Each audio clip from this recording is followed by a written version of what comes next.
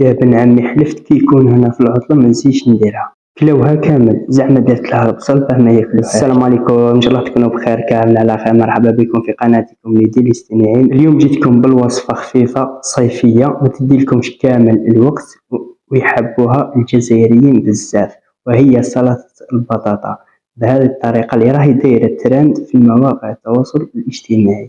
هنايا حكمت 4 حبات بطاطا بقشورهم، غسلتهم مليح وغليتهم هنا في الماء. انا ما درتش الملح، انا الملح راح نديروه حتى كي طيب، حتى كي نديروها في الفور باه نديرو الملح. هنايا زيت حكمت حبة خيار، ولا تقدروا ديروا 2 حبات حسب افراد العائلة. راح نقطعوهم بهذه الطريقة وتكون رقيقة ونحطوها في هذاك الاناء.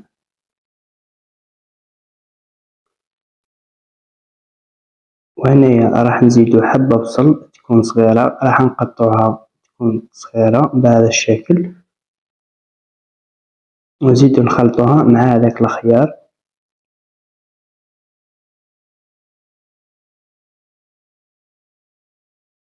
ونزيدو نقطعو المعدنوس، نزيدو نقطعوه صغير، يكون صغير بهذا الشكل. وحبة طماطم راح نزيدو نخلطوها مع هذيك الخضرة.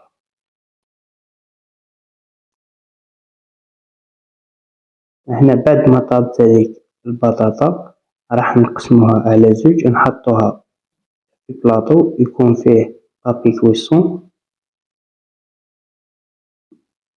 وراح نكرازيوها بالكاس بهذه الطريقة.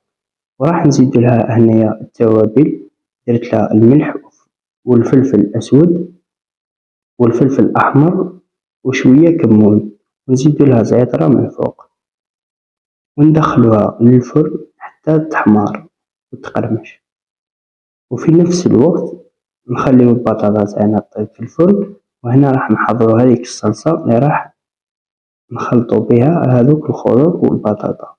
هنايا حطيت 3 حبات فرماج ونصف كاس زيت وعلبة ياغورت ناتور و3 ملاعق كبار حليب بودرة والخل والفلفل الأسود والملح. وراح نطلعوها حتى نتحصلو على قوام يكون ثقيل، وراح نخلطوها مع هذيك الخيار والطماطم والمعدنوس، نخلطوها مليح بهذه الطريقة. صدقوني جربوها بالطريقة هذه راح تعجبكم بزاف.